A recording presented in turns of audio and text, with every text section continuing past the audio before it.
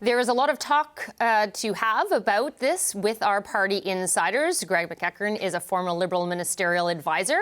Melanie Richet is a former communications director for the NDP.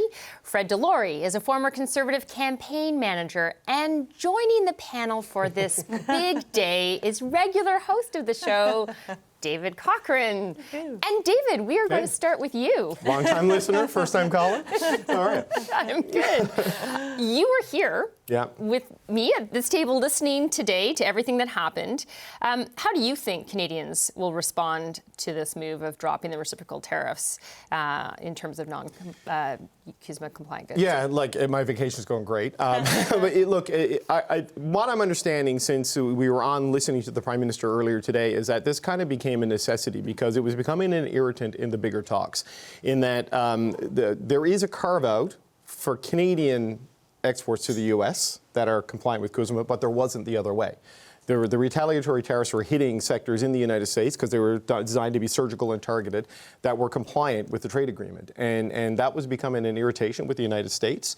And the concern is that if the U.S. took away its exemption for CUSMA compliant, then the Canadian economy is going to be in even more pain and more damage than it is already with the sectoral tariffs. And there's a level of escalation that the U.S. can go to that Canada can't go to.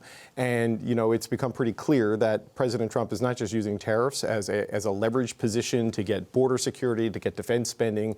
This is an article of faith for the Trump government to raise money, to repatriate manufacturing, and you need to remove as many irritants as you can to preserve this, the preferred market access on the larger trade agreement. And, you know, as much as you want to pivot away on trade and political connections, the geography, you're stuck there. So everything is a bit of an exercise in risk mitigation and loss mitigation with this president. And I think how Canadians judge it is going to be when we get to the outcome. There's going to be pivots and turns in the process, but it's where this lands and what you're able to show at the end. You know, it is going to be a worse trade deal than we had at the beginning of the year, but it can be better than it is at the midpoint of the year. Fred, do you think that Canadians listening to the Prime Minister or even just seeing clips, because not everyone sat and listened through the whole news conference, do you think Canadians will understand why this was done? We'll have to see how that plays out. It's one of those things where every few weeks there's just something moving on this file. It's a public negotiation of some sort. It feels like some could criticize the Prime Minister for giving up stuff, but we don't know what's going on behind the scenes. We don't know what those negotiations are, and that final outcome will be the ultimate, the way to tell who won or lost in this. The problem is we don't know when that's going to be. And if it keeps building, because the Prime Minister's got to get some win soon on this. It can't keep going the same way, because then it may get out from underneath him. He used a hockey analogy during the campaign. It became this liberal thing. Elbows up, and I thought he explained it pretty well today. But sometimes when you got skating on the ice, your elbows are down. You're doing different things. We're in the middle, or maybe the beginning, or in the third period of a hockey game right now. We're not quite sure what the score is. It looks like we're down 2 or 3-0, but we're sitting there and we're criticizing from the sidelines. The game's not over, and until it's over, until that final score, we don't know what's happening here.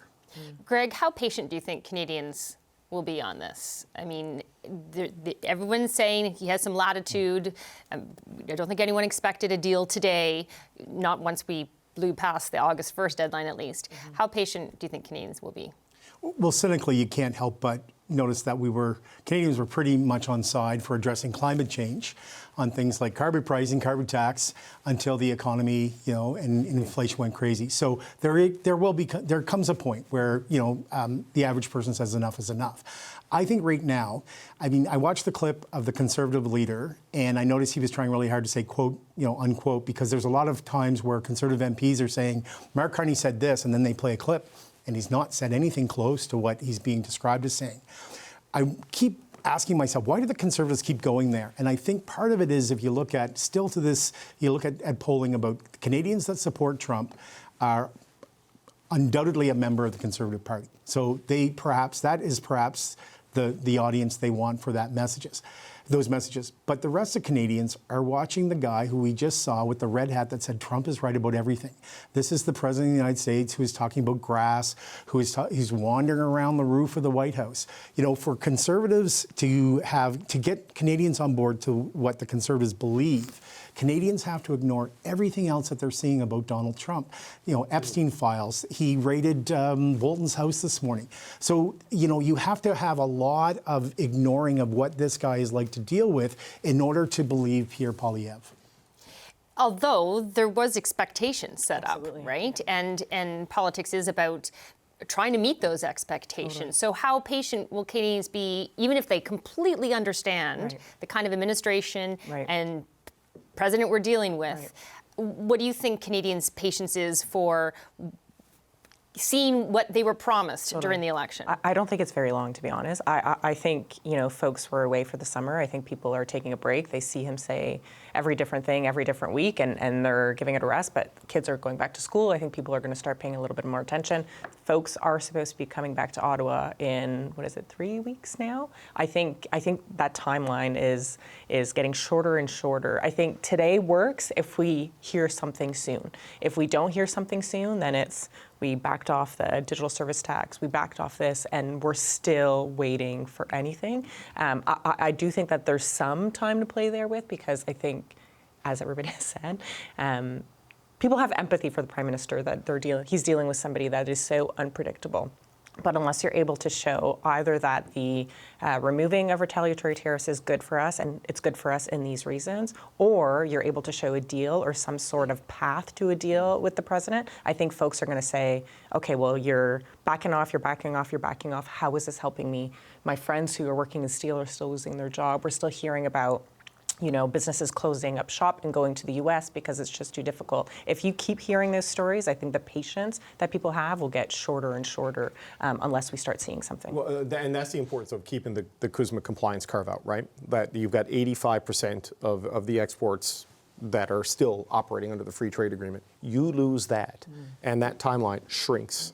You know, and because the contagion inside the economy of the damage, it spreads even faster, and the economic scarring is even deeper, right? So like right now, the sectoral tariffs are punishing, and you know, you heard Catherine Cobden describing it in like gunshot wound terms. You have sectors bleeding out.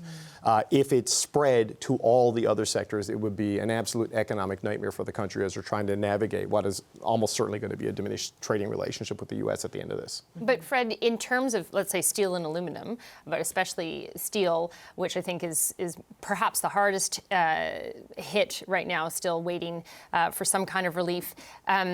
If people see the move today maybe not as a concession because it's all about CUSMA and trying to maintain CUSMA, but then they see that we don't have equal tariffs on steel and aluminum, will that make Canadians pause about whether they should see this as a concession or not? Yeah, I don't think they'll understand it, to be honest. I don't think Canadians really get into the weeds on what's happening here. The people impacted by it will. The people in these communities who are in fact impacted and affected by it.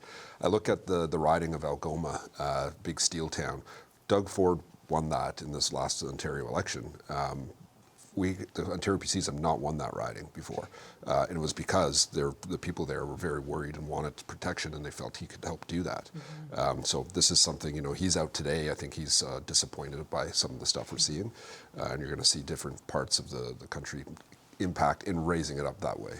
Well, Mel, Doug Ford has not been shy about saying he believes in like fighting back. And even today's statement was, okay, well, we're trying to get this, but if we don't see results soon. Very careful language. Very careful today, but in terms of the places that are hardest hit, especially when we're talking about steel and we're talking about Ontario, or we're talking about autos, very much Ontario.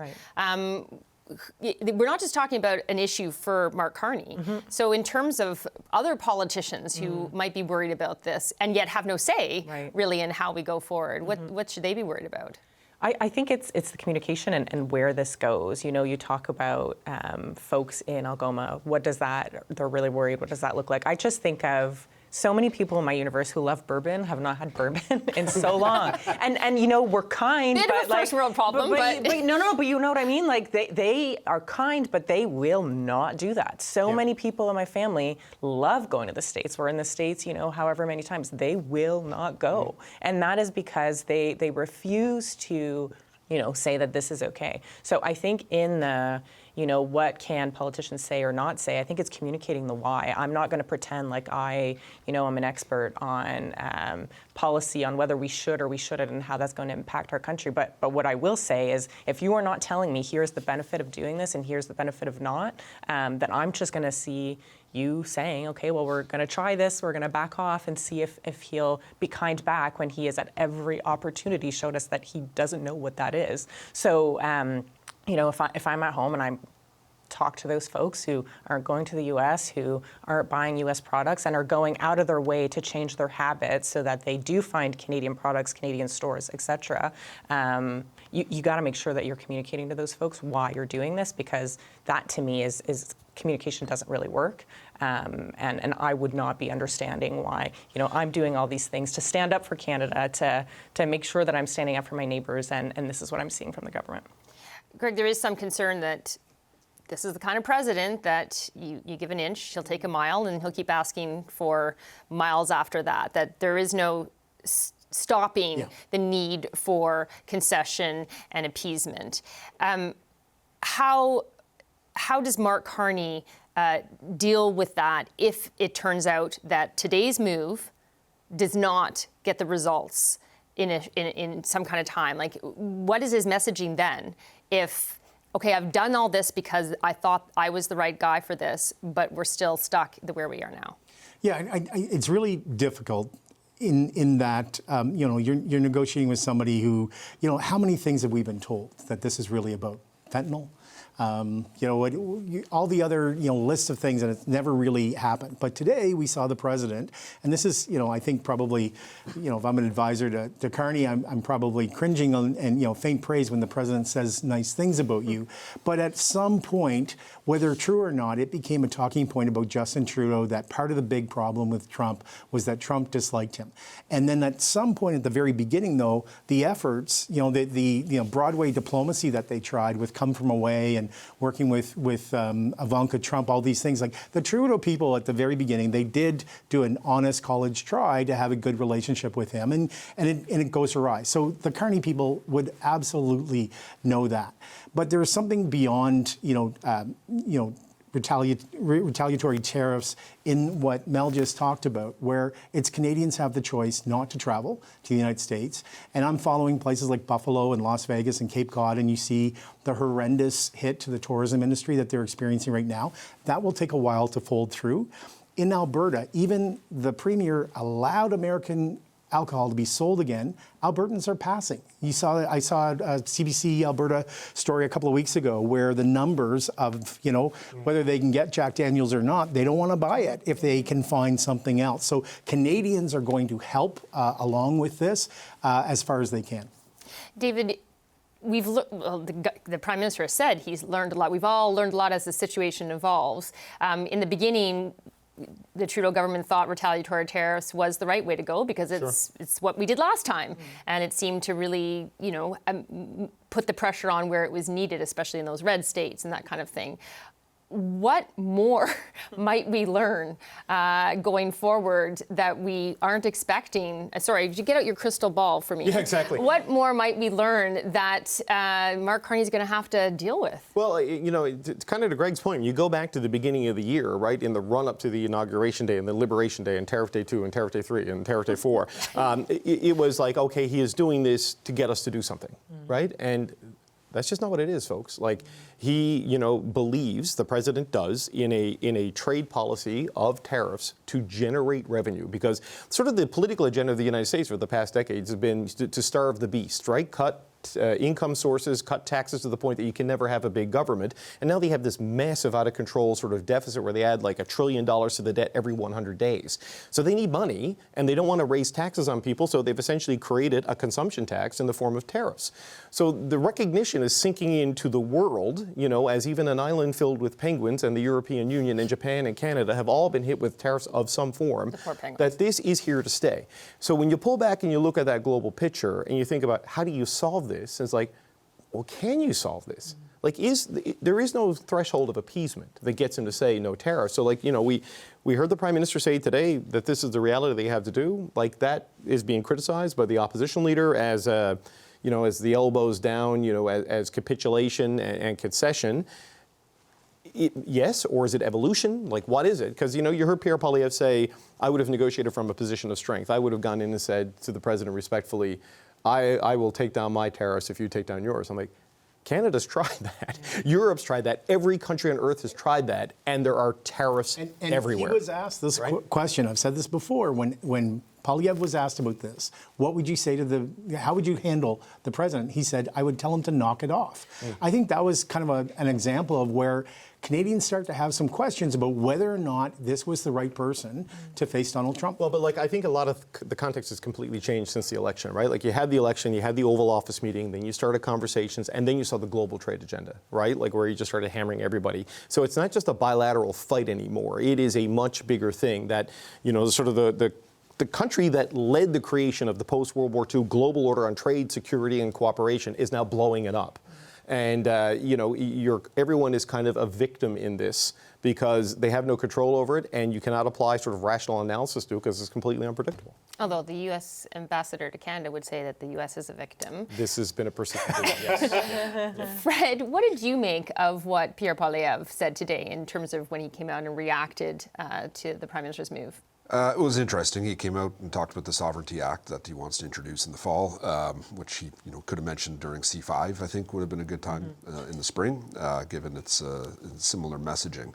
I think he's trying to find his footing on this. He's trying to find his message and what the message track is. I think he has an opportunity to be a strong statesman here and give the Liberal government rope here. Give them rope to hang themselves if they don't get this done. But by coming out and being kind of goofy today and saying like, hey, I would have just gone down and say, you know, you take the tariffs off, I'll take ours off. That just doesn't work. No one buys that. And then he got a bit goofy in his press conference too, talking about like, steal my ideas. Like, present them, make them look like good, concrete, legitimate ideas. Don't, like, take the goofiness away. He has this tone problem. Either he's too negative and now he's just sometimes too goofy. And I think that's one of the things he's got to figure out. He's got a few weeks before the House comes back. He doesn't seem to be trying to do it, but we'll see. So that leads me to a question about the NDP. Obviously, because of the diminished size of the NDP right now, we're not really hearing from the party on this. When the House comes back, how should they make themselves heard? Right. I think that there's an opportunity for them to really tackle the, you know, where are we, or what are we doing to support the workers that are impacted by this? I know we're hearing that, but we're usually hearing it from we're going to support the businesses so that they have the supports that they need. We're not necessarily hearing how are we supporting workers, how are we supporting working families, whether their jobs are on the line or not. We know that costs will be increased, et cetera. I think that that's a good place for the party to spend their time. I also think it's okay that they're a little bit quiet now. I think it's important that they continue to show up and that they continue to say something on these important things, but we are going into a rebuild. We're going into a leadership race. The folks who are putting their name forwards will be putting those ideas forward, and it'll be an opportunity for the party to debate them. I just don't want them to not have a seat at the table in the meantime. So just under the radar a little bit is okay for now. It's okay for now. So we only have 2 minutes left, so I'm going to do like a really quick round. In terms of what we saw during the election, personality and credibility played a lot, and sort of to what Fred was saying, you know, people have to actually believe what you're saying if you're saying something bad about the other person. Going forward, how much does credibility play a role in how Canadians will perceive how we're doing in this? Greg, we'll start with you. Hugely, and I, you know, the way the Prime Minister handled the press conference today, you know, came right after a cabinet meeting. You know, they had something to say. You could certainly feel it, you know, in the Ottawa bubble that this was, you know, there was going to be an intense announcement today. The other thing that I think works for him, and this is perhaps the NDP should do as well, is Wab Kinew, Premier Eby. There are new Democrat premiers. Doug Ford seems to be on side. Premier Houston, Nova Scotia. That helps the Prime Minister's credibility as well, in that he's working with the majority of the provincial partners. Mel, real quick. Yeah, I think I'll be maybe less kind than you were on interesting. I think he just sounded silly. Like, I don't think he knew what he was talking about. Pierre Poilievre, yeah, sorry. And I think that'll be the big tell in September is the Prime Minister going to continue to kind of run unopposed, really, which is what has been happening, or will Poilievre find his message? really quick. 91% of Canadians are see this economic situation as incredibly dangerous and threatening. And it's serious times, and we need serious leadership, and whoever plays that part is going to have a big advantage. Last word to you, Dave. Eventually, you've got to start delivering some outcomes. Right now, the pressure has been on narrow, specific sectors: steel, aluminum, auto, lumber. We go into this CUSMA review, you're going to add dairy to that. You're going to add your supply management sectors, maybe your cultural sectors, because Trump has targeted these. So the issue set is very difficult for the government right now and the country right now. It's going to get more difficult as we move into this. So credibility matters. Process is not a response. It's outcomes that are going to need to start happening here, and they've got to get some traction on this pretty soon. Okay, thank you all. Greg McEachern, Fred Delory, Melanie Richer, and David Cochrane.